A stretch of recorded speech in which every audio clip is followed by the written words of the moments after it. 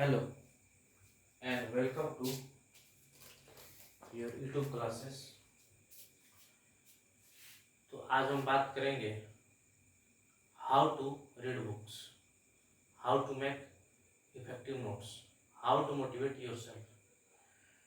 तो देखिए, आइए हम बात करते हैं हाउ टू रीड बुक्स।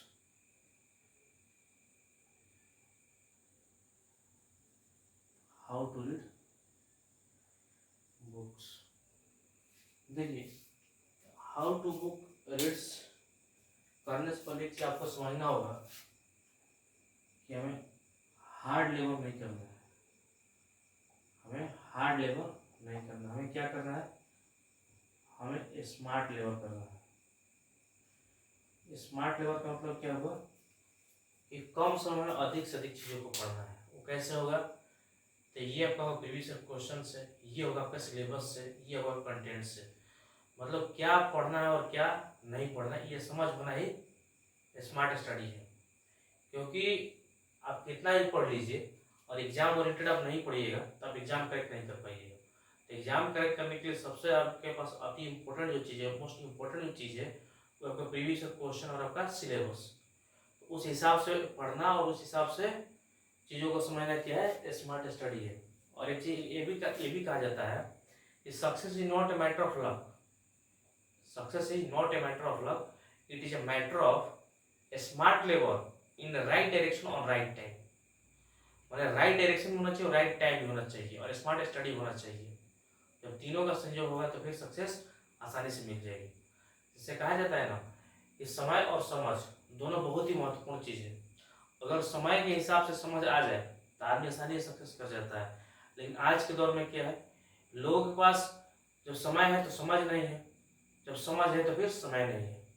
तो दिक्कत यही क्या हो जाती है, यही अगर सक्सेस में प्रॉब्लम आ जाती है। तो सक्सेस होने के लिए बहुत जरूरी चीज़ है कि समय और समझ दोनों साथ में आना चाहिए कि हमें क्या करना है और क्या नहीं करना है।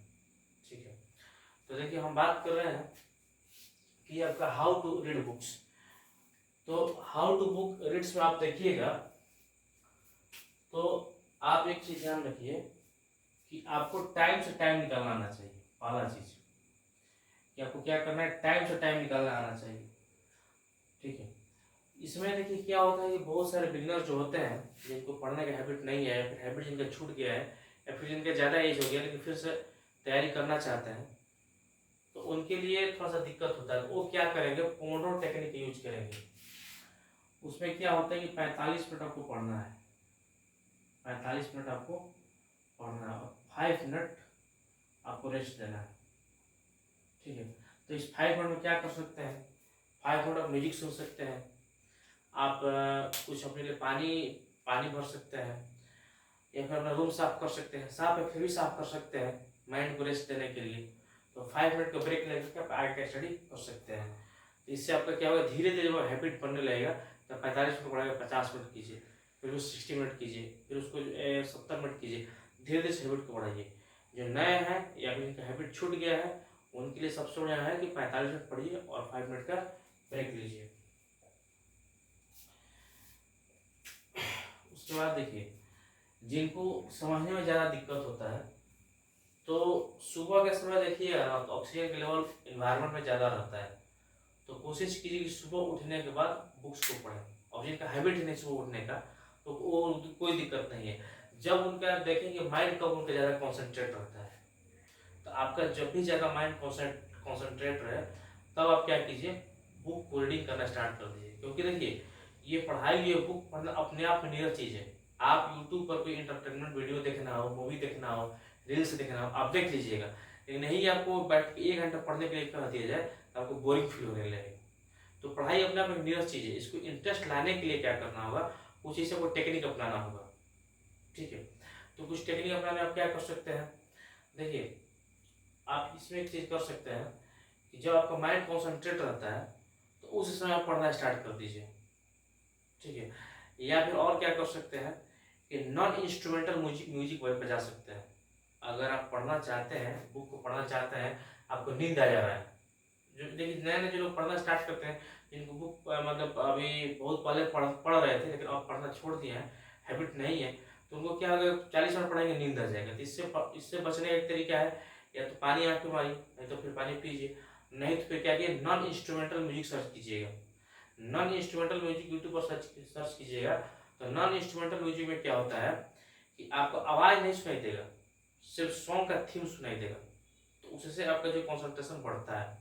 ये सभी के लिए एप्लीकेबल नहीं हो सकता कि इनका कोई डिस्टर्ब होते हो, ठीक है। इसमें रेडियो नहीं चालू करना है, आपका यूट्यूब कोई वीडियो नहीं चालू करके छोड़ना है, ठीक है। नॉन इंस्ट्रूमेंटल आप म्यूजिक सुन सकते हैं। अगर आपको यहाँ से बेनिफिट दिखता है तो ही इसको कंटिन्यू करना है, अदरवाइज आप इसको छोड़ सकते हैं, ठीक है।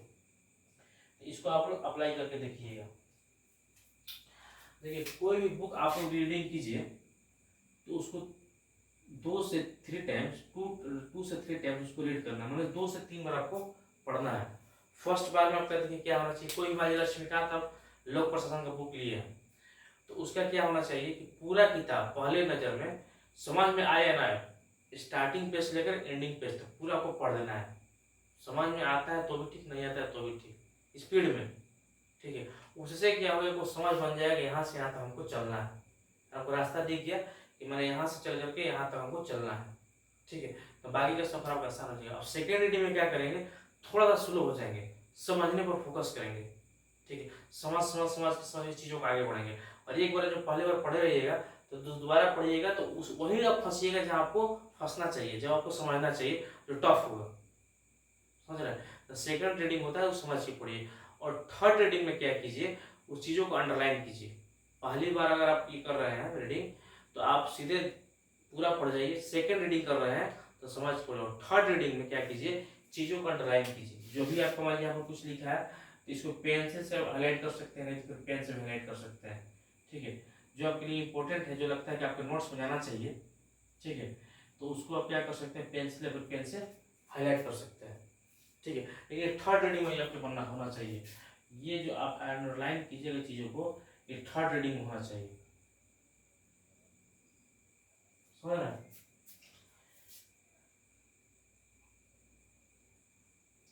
अब देखिए ये आप लोगों को क्लियर हो गया होगा कि हमें कैसे पढ़ना है। 45 मिनट और 5 मिनट का रेस्ट लेना है, 2 से 3 टाइम्स बुक को पढ़ना है।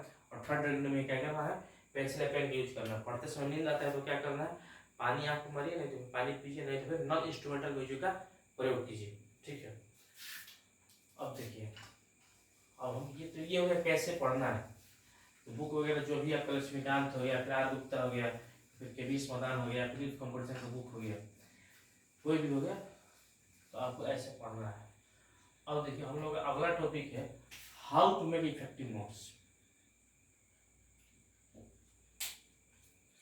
हाउ टू मेक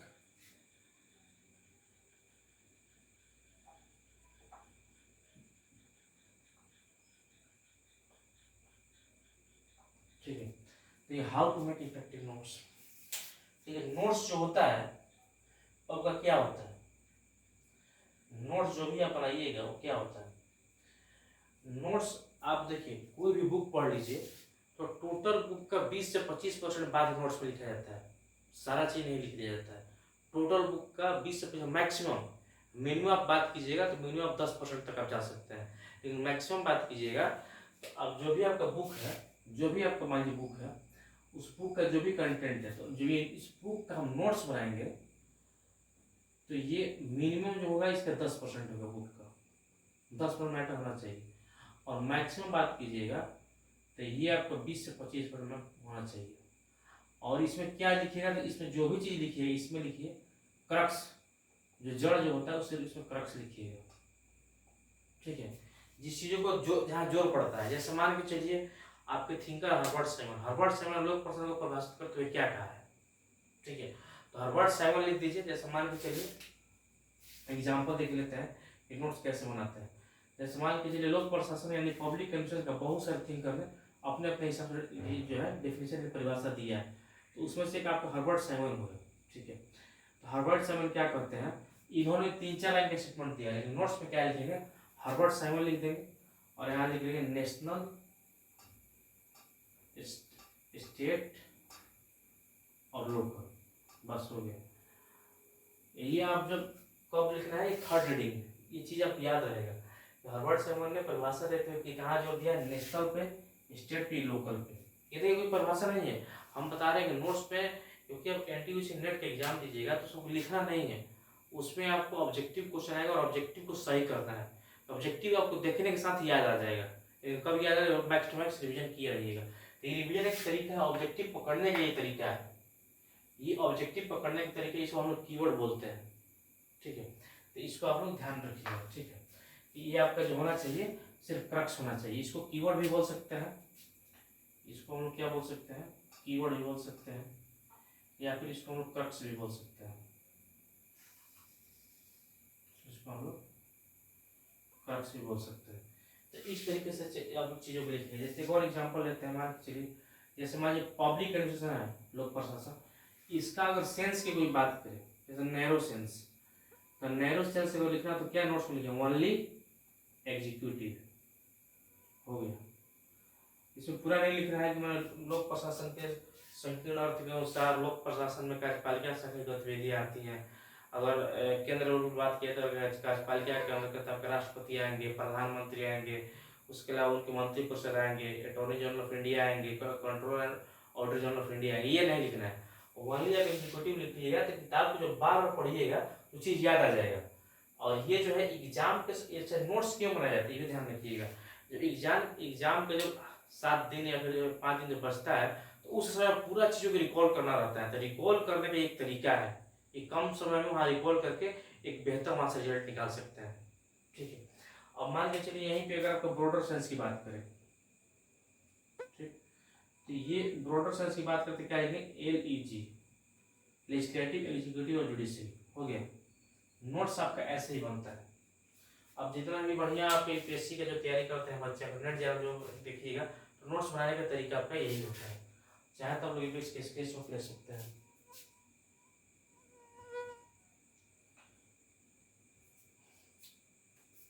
देखिए एक और चीज आप लोग समझ जाइएगा कि नोट्स में आप उन्हीं सब चीज़ों को लिखा जाता है जिसको हम लोग भूल जाते हैं, या फिर जहाँ इसको अधिक जोर पड़ता है, या फिर जहाँ पर एग्जाम में पूछे जाने की संभावना अधिक रहती है, ठीक है।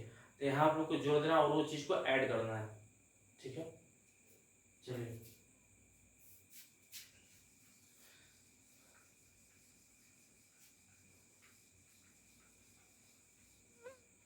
एक और चीज ध्यान रखिए कि पढ़ते समय आप लोग क्या कीजिए कि अपना एक डाउट कॉपी रखिए। आपको क्या करना है, अपना एक डाउट कॉपी रखना है, ठीक है।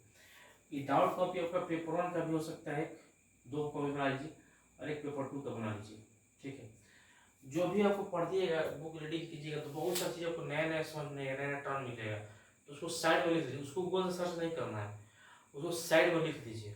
हम जो क्लास लेते हैं, या फिर आप कमेंट में पूछ सकते हैं, या फिर जो क्लास जब लेते हैं यूनिवर्सिटी वहाँ पूछ सकते हैं, या फिर हमको पर्सनली भेज सकते हैं ग्रुप में, टेलीग्राम वाले ग्रुप में भेज सकते हैं, और वहाँ से पर्सनली हमको मैसेज कीजिएगा, व्हाट्सएप पर भेज सकते हैं, तो वहाँ से आपको रिप्लाई मिल जाएगा, ठीक है। लेकिन डाउट को होना जरूरी है, क्योंकि जब पढ़ते हैं तभी तक डाउट माइंड में रहता है, और पढ़ के उठ जाता है तो फिर डाउट भी आपका भूल जाता है, क्योंकि भूलने का आपको पहले ही बता चुके हैं एक नेचुरल प्रोसेस है। भूलना कोई बीमारी नहीं, एक नेचुरल प्रोसेस है, भूलना भी जरूरी है, ठीक है। तो जो भी आप पढ़िएगा डाउट होगा तो डाउट को लिख करके उसको क्लियर कर लीजिए, ठीक है। अगर आपको लगता है कि छोटा डाउट है तो उसको देखिए क्या करना है कि गूगल पर जाइए, ठीक है। गूगल पर जाइए, गूगल पर जो भी आपको मान लीजिए कुछ खोजना है, ठीक है, तो गूगल पर लिखिए और उसकी इमेज में जाइए, ठीक है, और इमेज पर क्लिक कीजिए, ठीक है। इमेज पर क्लिक कीजिएगा तो वहाँ से बहुत सारी चीज़ आपको क्लियर हो जाएगा। तो ये गूगल पर सर्च करने के तरीके तो जो भी अपना काम है वो लिख लिए, हमारे जो आया है नहीं कुछ ऐसा, तो उसका बढ़िया तरीके में गूगल पर सर्च कीजिए, और उस पर सर्च होने में जो आता है रिजल्ट उस पर इमेज पर क्लिक कीजिए। इमेज पर क्लिक कीजिएगा तो बहुत सारी चीज़ आपको क्लियर हो जाएगा, ठीक है। और वहाँ से भी नहीं क्लियर होता है तो सीधा हम हमें भेज सकते हैं टेलीग्राम पर, व्हाट्सएप पे, या फिर कमेंट में बता सकते हैं, ठीक है।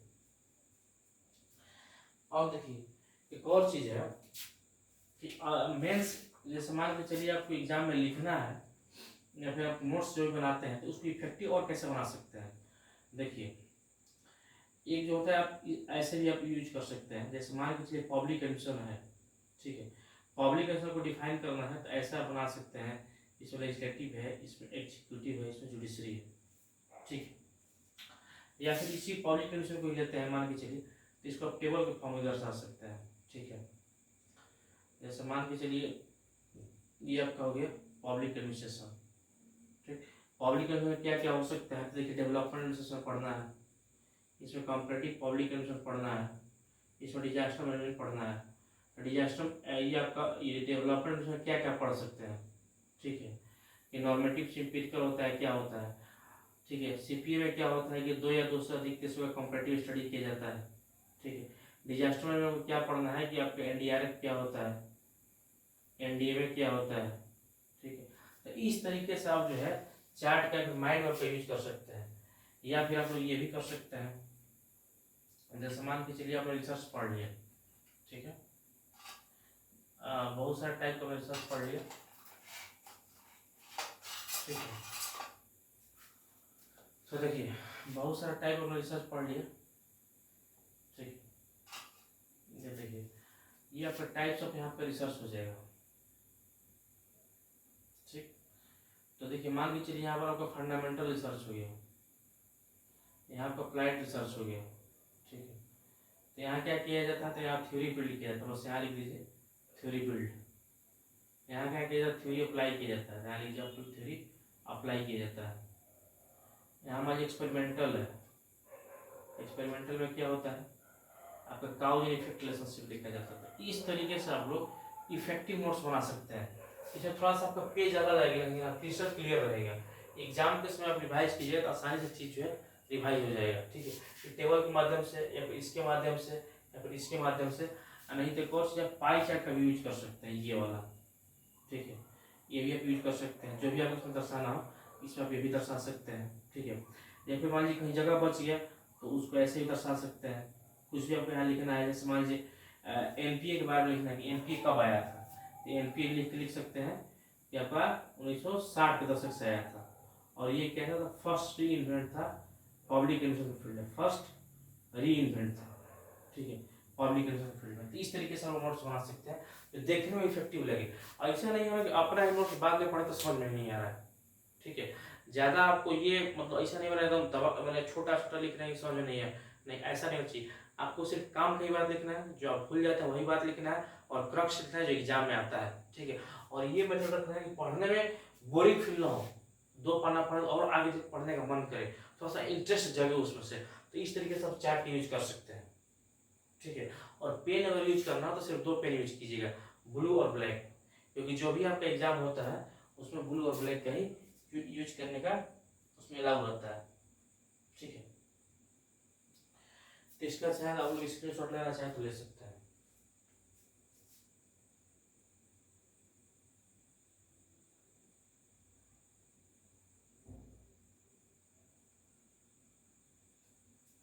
ठीक है, इस तरीके से हम नोट्स बना सकते हैं कंपैरेटिव स्टडी करके, या फिर टेबल से, जो पाई चार्ट से, फिर ऐसे या फिर ऐसे क्लाउड के माध्यम से, ठीक है। अब देखिए, अच्छा ये आप लोग एक क्वेश्चन आपके दिमाग में आ रहा होगा कि सर अभी पढ़ा नहीं रहे, पढ़ाने के सेंस से जो भी पेपर 1 है पेपर 2 है, अभी सर जनरल बात बता रहे हैं। देखिए अभी आप लोग का कोर्स स्टार्ट हुआ है, ठीक है, स्टार्टिंग मोड में, तो स्टार्टिंग मोड में तो वो सभी तमाम चीज़ों के बारे में बात कर लें ताकि आपको बाद में पूछना ना पड़े, नोट्स कैसे बनाए, फिर कैसे पढ़े, फिर कैसे मोटिवेट हो, तो वो सब चीज़ें ना पढ़ना पड़े। या फिर जो लोग नए लोग हैं, मान लीजिए कोई मान लीजिए सितंबर में ज्वाइन करता है, ठीक है, उसको पता चलता है तो उसको दिक्कत नहीं होना चाहिए, ठीक है। वो वीडियो स्टार्ट से देखेगा तो एक सीक्वेंस में आगे बढ़ेगा, ठीक है। तो ये सभी के लिए बेनिफिट यहाँ से रहेगा, ठीक है। और देखिए हम लोग बात करते हैं कि ये नेट ज़ीरो की जो जर्नी है ये लंबा जर्नी है, ठीक है। तो इसमें सबसे बड़ी चीज़ है ना कि मोटिवेशन अपने आप में कैसे बना कर रखें, हाउ टू मोटिवेट योरसेल्फ, ठीक है। देखिए मोटिवेशन का कहाँ से आना चाहिए, देखिए मोटिवेशन खुद से आना चाहिए। कैसे, आप खुद से सोचिए कि हमारा ही जीआरएफ क्यों होगा, या फिर इसको घुमा के दूसरे शब्दों में कहें तो हम 1% वाले कैटेगरी में क्यों आएंगे, हमें और दूसरों में क्या खास है कि हमारा सिलेक्शन होगा, आखिर वैसा हमें क्या क्वालिटी है। आप जो सोचिएगा इसे चिंतन कीजिएगा, और जो लोग चिंतन करेंगे इसका आंसर मिलेगा तो कमेंट में बताइएगा, ठीक है। इसको आपको छोड़ते हैं, आप ये सोच बताइए कि आपका ही जीआरएफ क्यों होगा, आप इसका आंसर सोचिएगा। अगर आप सोच लीजिएगा, समझ लीजिएगा, तो आप खुद से पढ़ना स्टार्ट कर दीजिएगा, फिर आपको बाहर से किसी की मोटिवेशन की जरूरत नहीं पड़ेगी। ठीक है, तो जो लोग सोच लेंगे वो बताएंगे। ठीक है, अब देखिए हम लोग यहाँ पे आते हैं। देखिए आप कहीं भी पढ़िए, आप हमसे पढ़िए या फिर किसी और से पढ़िए, देखिए ट्रस्ट इज मस्ट, विश्वास है बहुत जरूरी है। एक टीचर पर केंद्रित रहिए, ये नहीं कि मतलब 10 जगह से गाइडेंस ले रहे हैं, ये फलना टीचर ये कर रहे हैं, चिल्ला ये कर रहे हैं, ये कोई अधिक, हर किसी का अपना अपना नजरिया, हर किसी का अपना अपना सोच है, सबको अपने अपने हिसाब से बताएगा। लेकिन आपको ये तय करना है कि आपके बेहतर के लिए, आपके लिए कौन बात करता है, या फिर आपको कौन आपके भविष्य के लिए बात करता है, तो उसको चुन लीजिए, और चुनने के बाद उससे पर आप क्या रहिए, उससे गाइडेंस करिए। ठीक है, जो स्ट्रेटजी बताए उसको फॉलो कीजिए, समझ रहे हैं। तो ट्रस्ट अपने आप में बहुत बड़ी चीज़ है, ट्रस्ट इज मस्ट। मैंने आप लोग सुनने में होंगे कि दुनिया अगर कायम है तो ट्रस्ट का ही देन है। ठीक है, मैंने विश्वास अपने आप में बहुत बड़ी चीज़ है, तो आप लोग इसमें विश्वास कीजिए। ठीक, उसके बाद देखिएगा, आपको दिमाग होना चाहिए, आपको 150 क्वेश्चन इस एग्जाम में करने हैं, और इसमें निगेटिव नहीं है। ठीक, इसमें आपका सब्जेक्टिव नहीं है, मतलब सब्जेक्टिव है ही नहीं, एक क्वेश्चन सब्जेक्टिव नहीं है, इसमें आपका टोटल जो है ऑब्जेक्टिव है। ठीक है, ऐसा नहीं है कि इसमें आप मान लीजिए कि यूपीएससी की तरह ऐसा नहीं है कि आप प्री पास कर गए हैं और मेंस में कितना बढ़िया भी लिखेंगे, प्रोफेसर का मूड बढ़िया नहीं है तो नंबर नहीं देगा, इसमें ऐसा कुछ नहीं है। इसमें है कि जो आपको आता है वो सही कर दिए हैं, उसको सही आप गोला भर दिए हैं, या वो सही क्लिक कर दिए हैं, तो वो 100% सही ही होगा, उसका आपको नंबर कोई काट नहीं सकता है। ठीक है, तो इसमें आप लोग ये करना है कि आपको पढ़ने पर ज़्यादा फोकस करना है, न कि रिजल्ट को ध्यान देना है। ठीक है, मैक्स में सबको पढ़ने पर ध्यान देना है, और यहीं से आप लोग का मोटिवेशन आना चाहिए। ठीक है, देखिए एक और चीज़ है आप लोग का मोटिवेशन का, कि आप जिस दिन से जेआरएफ निकाल दीजिएगा उस दिन आप अपने पीजी के तमाम बच्चों से अलग हो जाइएगा, पीजी के तमाम बच्चों से यूनिक हो जाइएगा, उन तमाम बच्चों से डिफरेंट हो जाइएगा, डिपार्टमेंट में एक अलग छवि होगा। उसके अलावा पेपर में नाम छपेगा, गांव समाज या फिर पेरेंट्स का भी नाम ऊंचा होगा, समझ इस चीज़ को। तो यहाँ से भी एक मोटिवेशन आना चाहिए। उसके अलावा आप पीएचडी कीजिएगा तो बहुत बढ़िया स्टाइपेंड मिलेगा, हैंडसम एक तरीके से कर सकते हैं, आपको स्टाइपेंड मिलेगा, तो उससे आप अपने लिए बहुत बढ़िया कर सकते हैं। तो ये मोटिवेशन का आपको सबसे बड़ा रीजन होना चाहिए कि मैंने आर्थिक रूप से आपको संपन्न बनाएगा। ये 3 घंटे का एग्जाम जो है, ये 3 घंटा बढ़िया से बिता लीजिएगा, 3 आवर मीन्स 180 मिनट बढ़िया से बिता लीजिएगा, तो ये आपको आर्थिक रूप से क्या कर देगा, संपन्न बना देगा। ठीक है, आप अपने अलावा औरों के बारे में भी सोच सकते हैं, देश और समाज को लौटाने के बारे में भी सोच सकते हैं। ठीक है, एक और आपको उदाहरण देना चाहेंगे। देखिए एक उदाहरण की मदद सबको समझाना चाहेंगे। रास्ते में मान लीजिए एक बहुत बड़ा स्टोन पड़ा हुआ, पत्थर पड़ा हुआ है, उसका कोई खास वैल्यू नहीं है, कोई भी जा रहा है आ रहा है तो उस पत्थर पर चढ़ के आएगा आएगा जाएगा, लेकिन वही उसी पत्थर को, उसी स्टोन को काट करके उसको ये करके एक उसको शेप दे करके अगर उसको मूर्ति बना दिया जाए तो हर कोई उसकी पूजा करेगा। समझिए पत्थर वही है, लेकिन हमने क्या किया, मेहनत करके उसको एक शेप दे दिया, एक आकार दे दिया मूर्ति का, तो हर कोई उसकी पूजा कर रहा है। मतलब उस तमाम रोड पर पड़े पत्थर से उसका वैल्यू अलग हो गया, उसकी पहचान अलग हो गया, उसको जानने वाले लोग अलग हो गए। वही पत्थर था लेकिन उसको एक शेप दे दिया गया मेहनत करके, तो उसको हर कोई पूजा करने लगा। उसी तरीके से आप अभी पीजी में है, फिर पीजी पास आउट हुई तो उसकी आपका कोई ज़्यादा खास वैल्यू नहीं है, लेकिन जिस दिन से जेआरएफ हो जाइएगा उस हिसाब का एक खास एक अलग वैल्यू होगा, एक अलग पहचान बनेगा, एक अलग इमेज बनेगा, समझ रहे हैं। तो इस चीज़ को आप लोगों को समझना चाहिए, और एक यहाँ से का मोटिवेशन मिलना चाहिए। हमें लगता है कि ये बहुत बढ़िया आपके लिए एग्जाम्पल स्टोन वाला, कभी भी आपको मोटिवेशन डाउन हो, देखिए मोटिवेशन डाउन वाला जायज़ नेचुरल प्रोसेस है, अप्स एंड डाउन्स लाइफ में आते रहते हैं और जाते रहते हैं, ये होना जरूरी है। ठीक है, अप्स होगा तो उसमें डाउन आएगा, तो और थोड़ा सा और जो डाउन होगा तो सोचिएगा समझिएगा चीज़ों को और अपने आप को एक्सप्लोर कीजिएगा। ठीक है, तो लाइफ से अप्स एंड डाउन्स आते रहता है, लेकिन जैसे डाउन है तब इस चीज़ को ध्यान रखिएगा। पत्थर वाला एग्जाम्पल सर ने, अमरजीत सर ने क्या कहा था कि कोई भी रास्ते में पत्थर पड़ा हो तो कोई खास वैल्यू नहीं है, लेकिन उस पत्थर को आप उसे एक्सेप्ट दे दें तो मूर्ति जो बने तो सब कोई पूजा करेगा। उसी तरीके से अभी आपका खास वैल्यू नहीं है, अभी हम रात दिन करके मेहनत करके जब जेआरएफ हो जाइएगा तो आपका एक खास वैल्यू हो जाएगा, एक अलग पहचान बनेगा। तो इस चीज़ को, और एक आपका माँ बाप, हर किसी के माँ बाप का सपना होता है कि हमारे बच्चे सफल हो, एक माँ बाप की उम्मीद भी जाएगा। इस चीज़ को लोग ध्यान रखिएगा, और यहाँ सबका मोटिवेशन हमेशा मिलना चाहिए। ठीक है। और देखिए एक और क्या है कि देखिए इसमें कुछ लोग ये भी कहेंगे कि मतलब तैयारी करके क्या होने वाला है, परमानेंट तो होने वाला है नहीं। लोग तरह तरह के लोग मिलेंगे, तरह तरह की बात करेंगे, लेकिन आपको अपनी तैयारी में फोकस रखना है, तैयारी अपना जारी रखने देना है। लोग इस कान से कहेंगे, आपको इस कान से निकाल देना है। आपका अपना जो मेन जो फोकस होना चाहिए उस पर डिस्टर्बेंस आपका नहीं होना चाहिए। ठीक है। देखिए एक शायरी हम आपके लिए कहना चाहेंगे, हजार बर्फ गिरे हजार आंधियां उठे, हजार बर्फ गिरे हजार आंधियां उठे, वो फूल खिलके रहेंगे जो खिलने वाले हैं। समझ रहे हैं? तो आपके पास यही है कि बस जो भी आपके रिसोर्सेस हैं आप उसको क्या कीजिए, अच्छे से यूटिलाइज कीजिए और चीज़ों को समझने पर, पढ़ने पर फोकस कीजिए।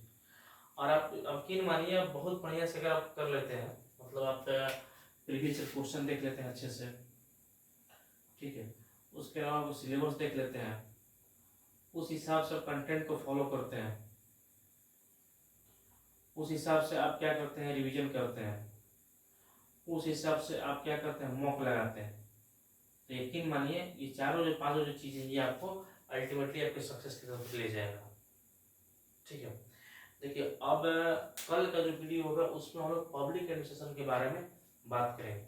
अच्छा कुछ लोग पूछ रहे थे कि आपका क्या बोलते हैं टेलीग्राम है फिर व्हाट्सएप। देखिए एक और चीज़ है कि टेलीग्राम के सीईओ जो है पावेल ड्यूरो, उनको यूरोपियन एक कंट्री है आपका फ्रांस, वहाँ उनको गिरफ्तार कर लिया गया है। ठीक है।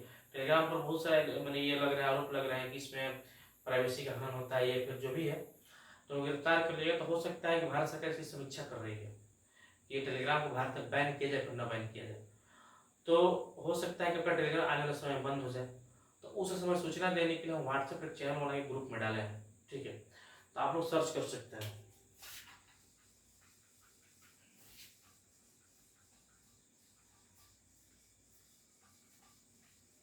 देखिए